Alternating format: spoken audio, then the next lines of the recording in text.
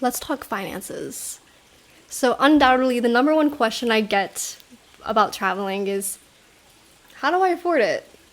I think we all have this big, incorrect misconception that traveling has to be expensive, that we have to be rich or save a lot of money in order to see the world.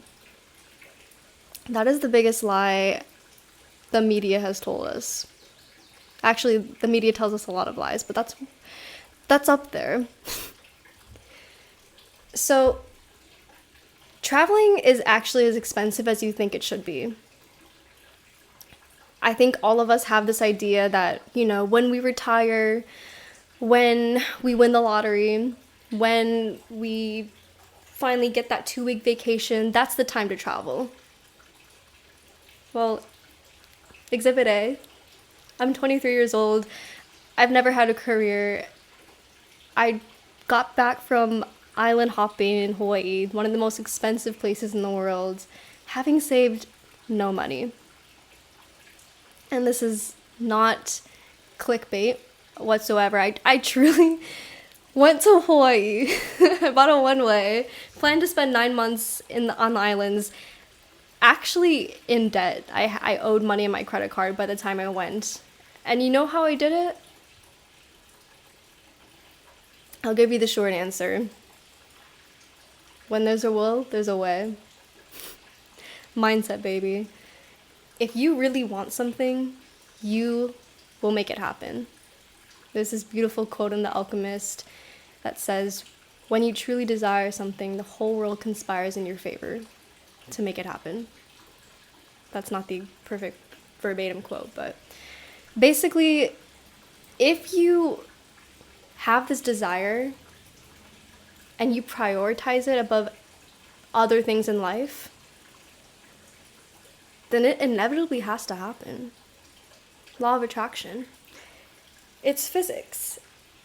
So let me break down like the tangible ways.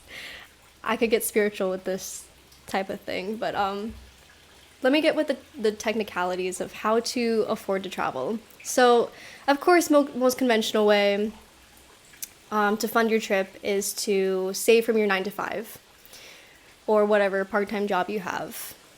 There's a bunch of saving hacks and tips on the internet that I'm not a financial expert, clearly. But there's always that saving 10-20% of your check every month, putting that away, putting it towards traveling. Maybe it's cutting out other lifestyle expenses to save more money from that paycheck. And some things that I personally do to save on money back at home is, number one, I never buy drinks. Alcohol, boba, tea, coffee. I don't buy drinks. The markup price is so absurdly huge that you're basically throwing away money. And if that brings you joy, if that truly brings you joy, I do not want to take that away from you, but that's personally something that I don't spend my money on. When I go out, I have a fun sober night. You can have fun when you're sober, guys. And you can make, tea and coffee at home. So that's personally what I do. I've stopped spending money on new clothes. I thrift all my clothes. I got this for $2 at the Village Discount Outlet in Chicago. It's a great thrift store. Goodwill's another option. Plato's Closet. There's so many ways to recycle clothing. And you wash it and it's like brand new, as long as you check it and if it's in good condition before you buy it. Cooking at home, of course, is another one. And I get it. Eating out is fun. I love trying out new restaurants. I'm a huge foodie, and we'll get into the food section later, but I love trying out new restaurants, but not making that the regular or the norm or the majority of your meals will significantly save on your expenses. Using public transit if that's an option instead of driving everywhere. I mean, I know in the United States it's unfortunately rather hard. Only in major cities, really, New York, Chicago, San Francisco is the cities I'm aware of where you can reliably use public transportation. But if that is an option for you, it will save huge amounts of money. As we all know, gas is absurdly expensive as well. And, you'll be surprised at how much you'll notice a difference in your bank account if you don't spend money on gas. There's also carpooling if that's an option. All these ways to save money every month. Number 2, side hustles. So there's a lot of different ways to make a side hustle as well. My favorite way has been making my own Airbnb experience and being a tour guide in Chicago. I love just meeting people. I love learning other cultures. That's one of the reasons why I travel. And I found that one of the best ways to do that is to become a tour guide and show people who are traveling to my city around and all the local spots that I would want to know if I was coming to Chicago. So if you're in Chicago, let me know. I have all the recommendations for you. Another way, of course, you have all these online apps to find work. There's Uber, there's Lyft, there's Postmates, there's Uber Eats, there's babysitting apps. I personally use Bambino to find gigs, and that's worked out a lot for finding babysitting jobs. And yeah, but Airbnb is definitely my favorite. And the best part is anyone can create an Airbnb experience.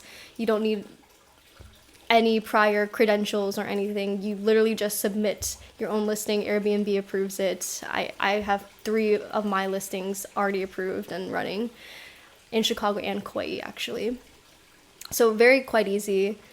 And then finally you have either remote jobs or passive income. So both of these require some kind of technology. So if you're able to take your job on the road, that's one of the ways that I've seen people travel so much is they just work from their laptop. Of course, you might have to work around inconvenient hours if you're working in different time zones, but that could be an option. You also have to consider, of course, dividing your time between traveling for leisure and doing fun things versus, sitting down and actually working. And I know that could be a struggle for a lot of people. I know it is for me. It took me 9 months to do yoga teacher training, guys. I was having fun in Hawaii, okay? That's my excuse. And then, of course, passive income.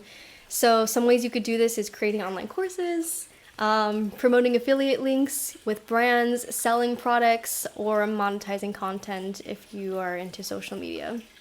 So those are some ways. And all of these are obviously very individual dependent, based off your preference, your lifestyle, the schedule you want to have, and how much money you really are looking to set aside for travel. As we'll get into, traveling is as expensive as you want it to be. So once again, money really is a mindset at the end of the day. If you think you need a lot of money to travel, then you do. You probably do, if you want to stay in these nicer places. But, again, example A, if you think traveling can be as cheap as you want, then it can be. And we'll get into the ways you can travel and save money cheaper in a different section. But for now, these are just some ways you could set aside money in order to fund your travels. And I'll get into the next section of how to take time off work, because I know that's another big hurdle for a lot of people. So I'll see you in that episode.